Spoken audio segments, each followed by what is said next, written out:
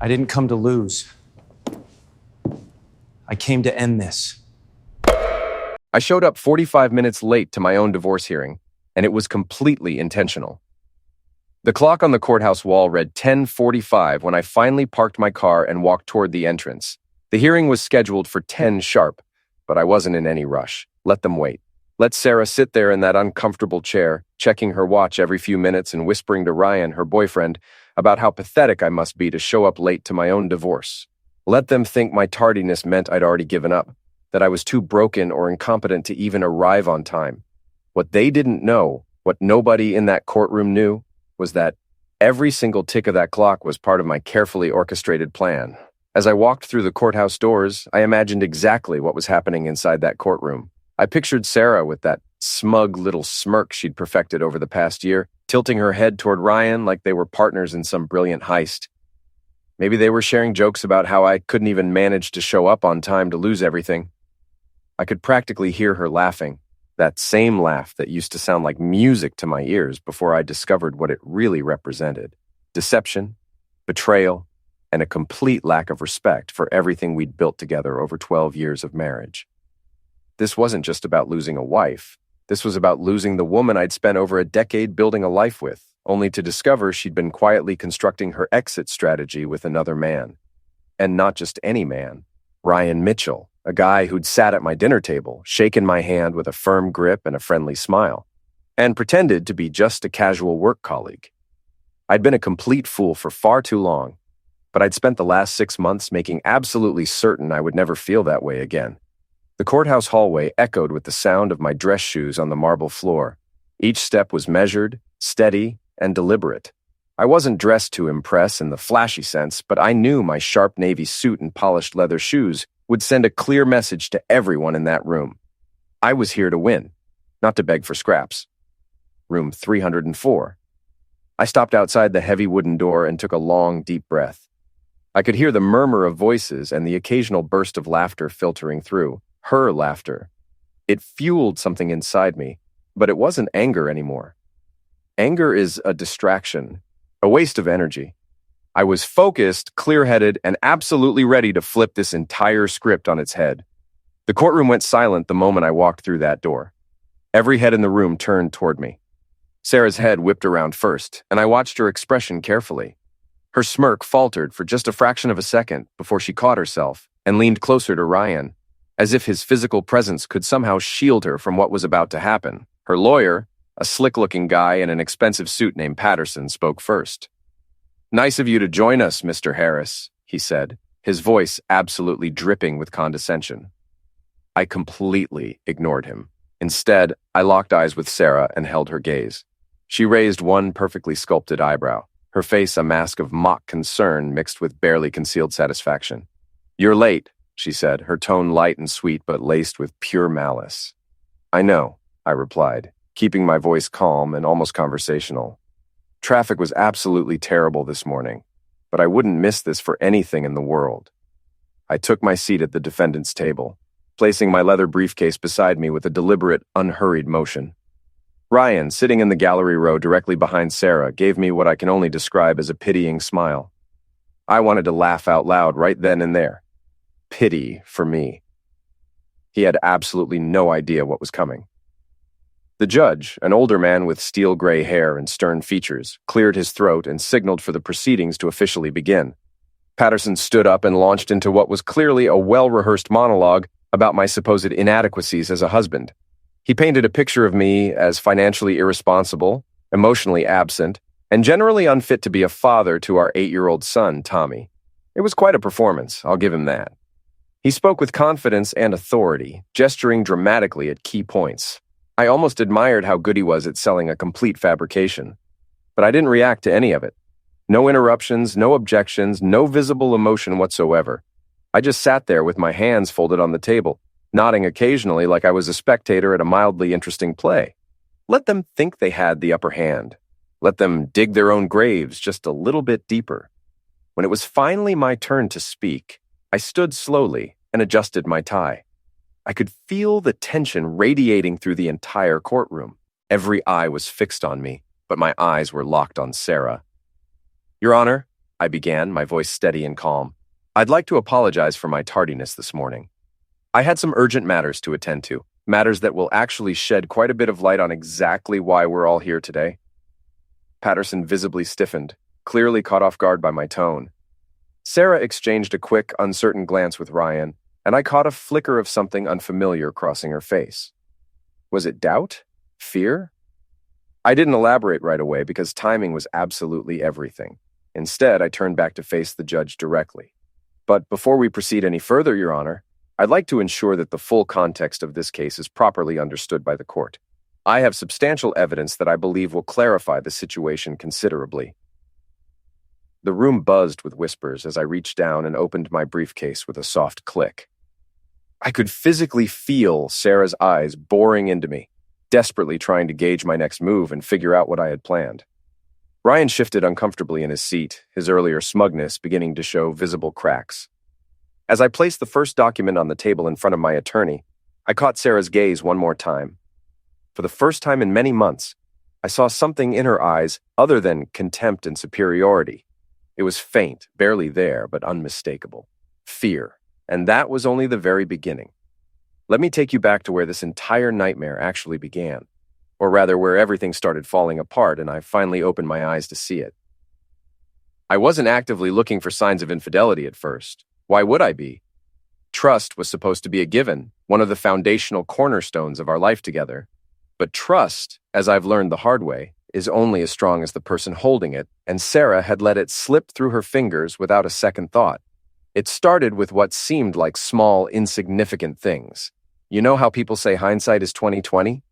Well, looking back now, all the signs were there, practically glowing like a neon billboard. The late nights at the office that became more and more frequent. The sudden enthusiasm for early morning gym sessions when she'd never cared about fitness before. The way her phone was always face down on the table, and how she'd snatch it up the instant it buzzed with a notification. But at the time, I rationalized all of it away. We all need our personal space, right? Marriages require independence and trust. The first real crack in the facade came during our anniversary dinner last year. I had planned everything meticulously. Reservations at her favorite upscale Italian restaurant, flowers, a beautiful card with a heartfelt message about our years together. But throughout the entire evening, her attention was somewhere else entirely. She kept glancing at her phone, smiling at text messages she thought I didn't notice. When I finally asked her if everything was okay, she gave me that dismissive little laugh, the one that makes you feel like you're being paranoid and insecure for even asking the question. "I'm just checking something for work, honey," she said, brushing it off like it was nothing. Work. That single word became her shield, her excuse for absolutely everything. Whenever I questioned where she'd been or why she was late, it was always work. Extra meetings that ran long, last-minute deadlines that couldn't wait, team-building outings that were supposedly mandatory. I wanted desperately to believe her. For months, I did believe her, because the alternative was too painful to consider. Then came the day I found the receipt. It was crumpled up in the pocket of her coat, which I was about to take to the dry cleaner. An expensive steakhouse called The Wellington, a place I definitely knew I hadn't taken her to. I remember standing there in our bedroom holding that receipt in my hand and staring at the date printed at the top.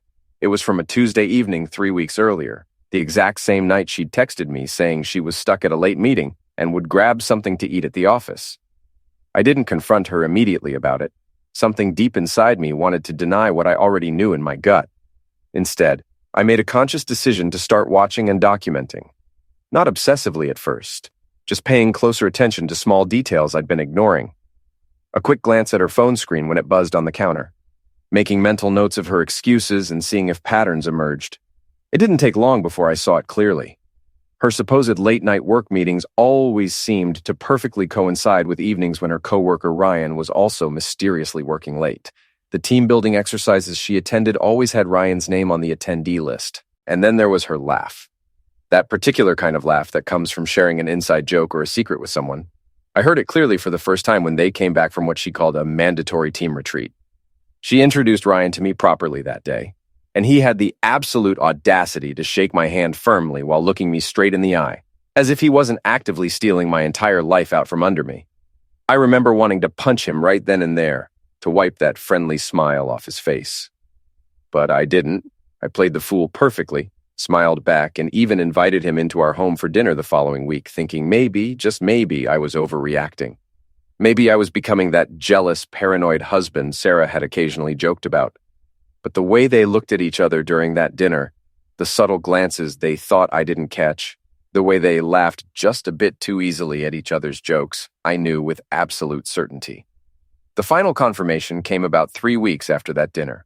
Sarah told me she was heading to a networking event downtown, something about connecting with potential clients. I told her to have fun, kissed her goodbye, and then I did something I never thought I'd do. I followed her. I sat in my car across the street from the Riverside Hotel, gripping the steering wheel so hard my knuckles turned white, and I watched as she and Ryan walked in together with her arm casually linked through his. They looked so happy, so carefree, laughing together like young lovers without a single care in the world.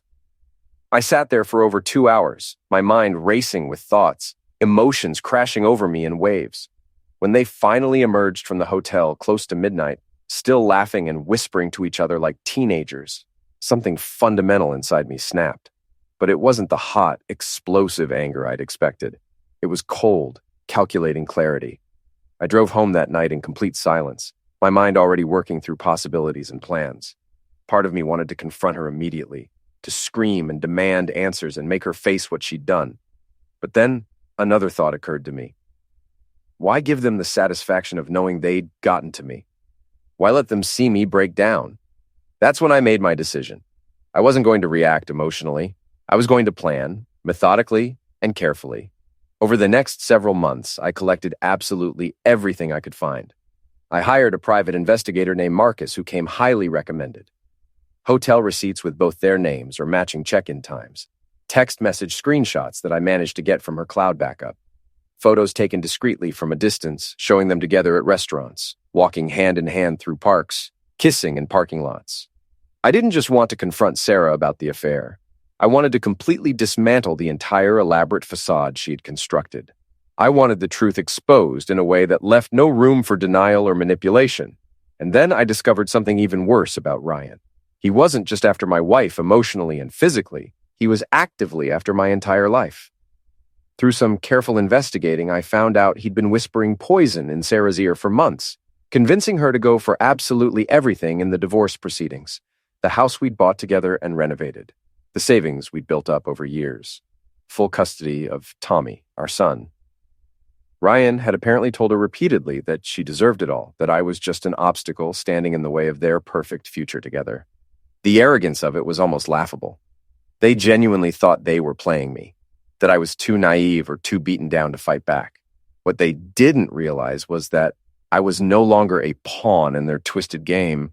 I'd become the player, and every single move they made was leading them closer and closer to the checkmate I'd been planning all along.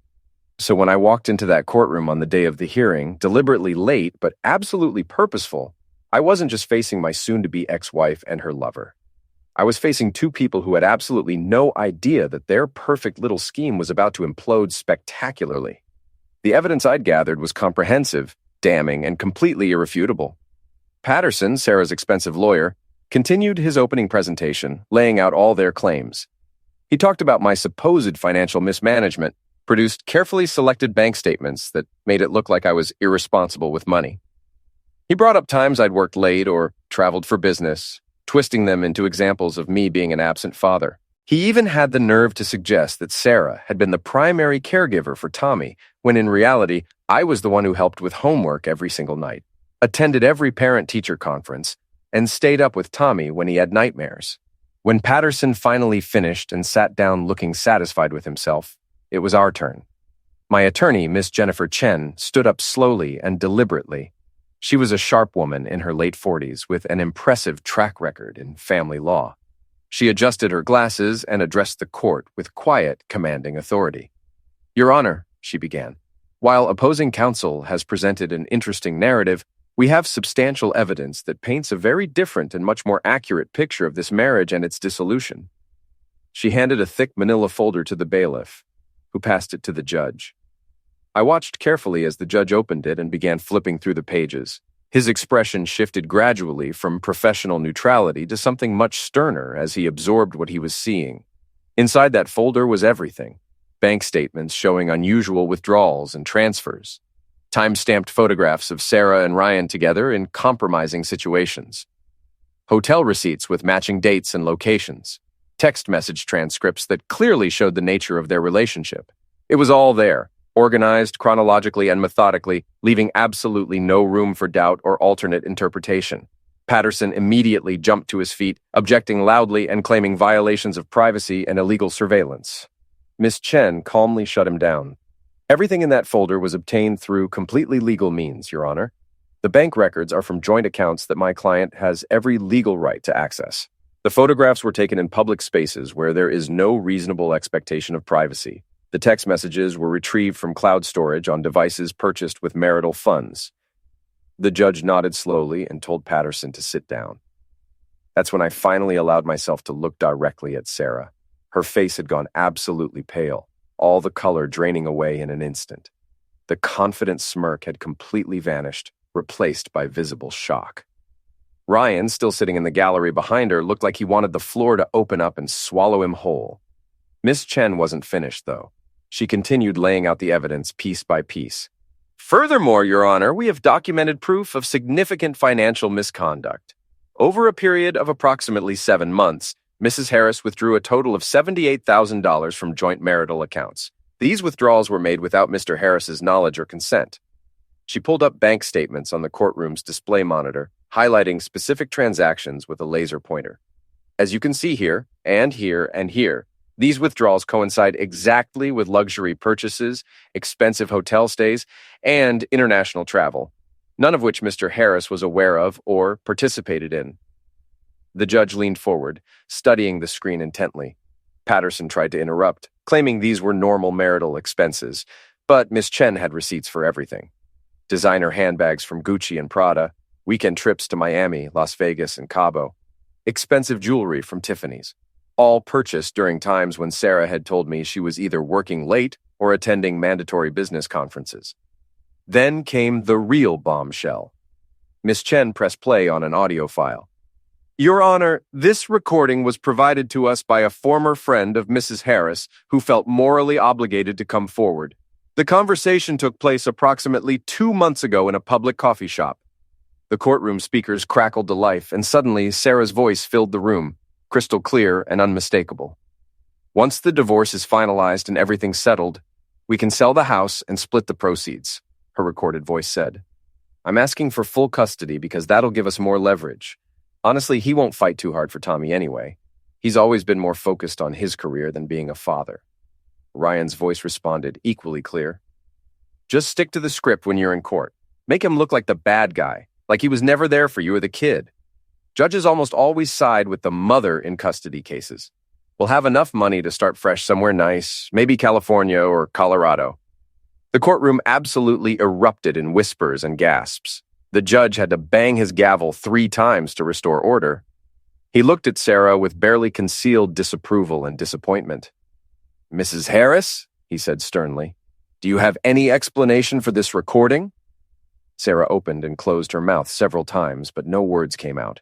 She looked desperately at Patterson, but even he seemed momentarily at a loss. He stood up, stammering about the admissibility of the recording, questioning its authenticity. But Miss Chen had already prepared for this. She provided documentation showing the recording had been made legally, had been forensically authenticated, and that the friend who provided it was willing to testify under oath about its origins. The judge called for a lunch recess, and I watched as Sarah and Patterson hurried into a private consultation room, clearly in crisis mode. Ryan slipped out through a side exit, probably realizing how terrible this looked for him. When we reconvened 90 minutes later, the atmosphere in the courtroom had completely shifted. Now it was time to address custody of Tommy, and this was the part I'd been both dreading and preparing for. Miss Chen presented evidence of Sarah's neglect and absence from Tommy's life.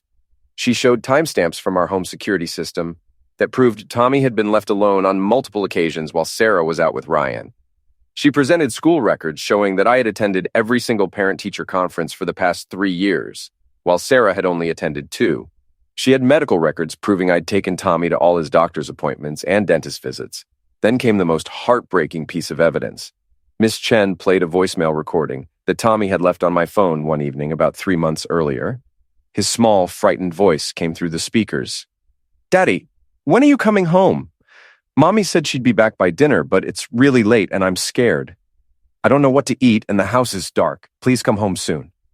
I had to close my eyes and take a deep breath to maintain my composure as I listened to my son's voice again. I'd rushed home that night to find Tommy sitting in the dark living room, hungry and crying. Sarah had eventually shown up around 10 p.m., claiming she'd lost track of time at a work function. The judge looked at Sarah with genuine displeasure. "Mrs. Harris, can you explain why your 8-year-old son was left alone and frightened?" She tried to minimize it, saying it was a rare occurrence, that she just lost track of time, that she loved Tommy more than anything. Miss Chen didn't let it slide. "Your Honor, this wasn't an isolated incident. We have documented at least 7 occasions over the past 4 months where Tommy was left unsupervised for extended periods while Mrs. Harris was engaged in her extramarital affair. My client, meanwhile, has been the primary caregiver throughout this marriage. He helps with homework, attends school events, coaches Tommy's soccer team, and provides the stability this child desperately needs." When they asked if I wanted to speak, I stood and addressed the judge directly. "Your Honor, I'm not trying to punish Sarah or keep her from having a relationship with our son, but Tommy deserves to be in an environment where he's the priority, not an afterthought. I've been there for him every day of his life. I know his teachers' names, his friends' names, his favorite foods, what scares him, what makes him laugh. I read to him every night before bed and help him work through his fears. This isn't about winning or revenge. This is about doing what's absolutely right for my son." The judge made notes silently, his expression thoughtful and serious. After hearing closing arguments from both sides, the judge took less than 15 minutes to reach his decision. Primary physical custody of the minor child, Thomas Harris, is awarded to Mr. Robert Harris. Mrs. Harris will have supervised visitation every other weekend, pending a full evaluation by Child Protective Services. As for the division of assets, given the evidence of financial misconduct and breach of marital trust, the marital home and 70% of all remaining assets are awarded to Mr. Harris. Mrs. Harris will be required to return the $78,000 improperly withdrawn from joint accounts within 90 days, or face potential fraud charges. The relief that washed over me in that moment was indescribable. I had to grip the edge of the table to steady myself. Sarah was openly crying now, but these weren't the manipulative tears she'd shed earlier. These were real tears of someone who had just lost everything they'd gambled on. Patterson looked defeated and angry, gathering his papers roughly. Ryan had disappeared entirely, nowhere to be seen in the courtroom. As people filed out, Sarah caught my eye briefly, and I saw complete devastation in her expression. But I also saw something else, the dawning realization of what she'd thrown away. But I wasn't quite finished with Ryan yet. Over the next couple of weeks, I did some additional investigation into his background with the help of my PI. We discovered that Ryan had been systematically embezzling funds from his employer for over 2 years, taking small amounts that had flown under the radar. The amounts weren't huge individually, maybe a few hundred here and there, but they added up to over $40,000 total. I compiled all the evidence Marcus had gathered and sent an anonymous but detailed tip to Ryan's corporate headquarters, including copies of financial records and transaction patterns that clearly showed the theft. Within a week, Ryan was fired and escorted out of his office building by security. His former colleagues watched and whispered as he was walked out in disgrace. But that wasn't all. The company decided to press criminal charges, and Ryan found himself facing felony embezzlement charges.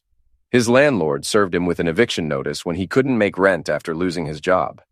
The social circle he'd built through Sarah completely abandoned him once word got out about everything. I heard through mutual acquaintances that he and Sarah had a massive, screaming fight in the parking lot of her apartment complex, with Ryan blaming her for his downfall and her crying that he'd destroyed her life. The two people who had been so united in their scheme to take everything from me were now tearing each other apart. There was something almost poetic about it. Sarah tried calling me about a month after everything was finalized. I was surprised when her name appeared on my phone screen, and even more surprised when I answered and heard how small and broken her voice sounded. "Robert," she said quietly, "I just wanted to say I'm sorry. For everything. For what I did to you, to Tommy, to our family. I was selfish and stupid, and I don't know how I let things get so out of control." I took a deep breath before responding. "Sorry doesn't change anything, Sarah. What's done is done. You made your choices, and now you have to live with the consequences. All you can do now is figure out who you want to be going forward." There was a long pause before she asked in barely a whisper, "Do you think Tommy will ever forgive me?" I considered the question carefully. "That's entirely up to Tommy," I told her honestly. "But if you want any chance of having a relationship with him, you need to earn it. Be consistent, be honest, show up when you say you're going to show up. Prove through your actions that you're willing to put in the work. That's the only way." She thanked me quietly and hung up. It was the last real conversation we ever had. I heard bits and pieces about her life afterwards through mutual friends. How she'd moved into a small apartment across town. How she was working as a receptionist, a significant step down from her previous position. How she was going to therapy and trying to rebuild her life from scratch. But I didn't dwell on it. She was no longer my problem or my responsibility. My focus shifted entirely to building a good life for Tommy and myself. It wasn't easy at first. There were nights when the silence of the house felt oppressive, when memories of the betrayal would creep in and threaten to pull me back into bitterness and anger. But I had learned something crucial through this entire ordeal. Holding on to anger only hurts the person carrying it. I refused to let Sarah's choices continue to have power over me. Tommy adjusted better than I dared to hope. We adopted a golden retriever puppy we named Max, and suddenly our house was filled with the sounds of barking and laughter again. I made sure to be present for Tommy in every way possible. We cooked dinner together every night, worked on homework at the kitchen table, and I read to him before bed just like I always had. One day, Tommy came home from school with a drawing he'd made in art class. It was a simple crayon picture of the two of us standing together with Max between us, his tail wagging. Above the picture in large, carefully printed letters, he'd written, "My family." I knelt down to his level and pulled him into a tight hug. "I'm really proud of you, buddy," I told him. He looked up at me with those serious eyes that sometimes seemed too old for an 8-year-old. "Are you happy, Dad?" he asked. I thought about it for a moment before answering honestly. "Yeah, Tommy, I am happy. Because we have each other. And no matter what happens, that's never going to change."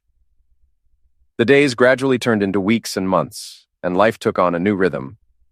I threw myself into my work with renewed focus and energy. I reconnected with old friends I'd neglected during the troubled years of my marriage. I even started going to the gym and taking better care of myself. I wasn't rushing into dating or trying to find someone new. I was just learning to be content with myself and the life I was building. Slowly but surely, I began to imagine a future where happiness wasn't just a fleeting feeling, but a steady, constant presence. One Saturday afternoon, Tommy and I were working in the garden together. Well, I was pulling weeds while Tommy mostly chased Max around the yard and occasionally brought me dandelions he thought were flowers. The sun was warm, birds were singing, and I felt this profound sense of clarity wash over me. The past would always be part of my story, but it no longer defined who I was or where I was going. The betrayal, the courtroom battles, the sleepless nights filled with rage and hurt. They were all just chapters in a larger story that had led me to this peaceful moment. And in this moment, I was genuinely, completely free. That evening, as I tucked Tommy into his bed, he reached up and hugged me tightly. "I'm glad we're home together, Dad," he said sleepily. I kissed his forehead, my heart full in a way it hadn't been in years. "Me too, buddy, me too." After he fell asleep, I sat on the back porch under a sky full of stars, listening to the peaceful sounds of crickets and the distant bark of a neighbor's dog. I thought about how far we'd both come, about the road ahead, about the possibilities that stretched out before us. The future wouldn't be without its challenges and difficulties. But for the first time in a very long time, I faced it with genuine hope and optimism. This wasn't just a new beginning for me. This was our beginning, mine and Tommy's. A life built on a foundation of trust, resilience, and unconditional love. A life where we were the priority, where we mattered. And as I sat there in the quiet darkness, I knew with absolute certainty that we were going to be okay. Better than okay. We were going to thrive. Sometimes you have to walk through fire to find your way home. But when you finally do, the peace and happiness you discover on the other side makes every single struggle worthwhile. I'd reclaimed my life, protected my son, and found my way back to myself. And that, in the end, was the greatest victory of all.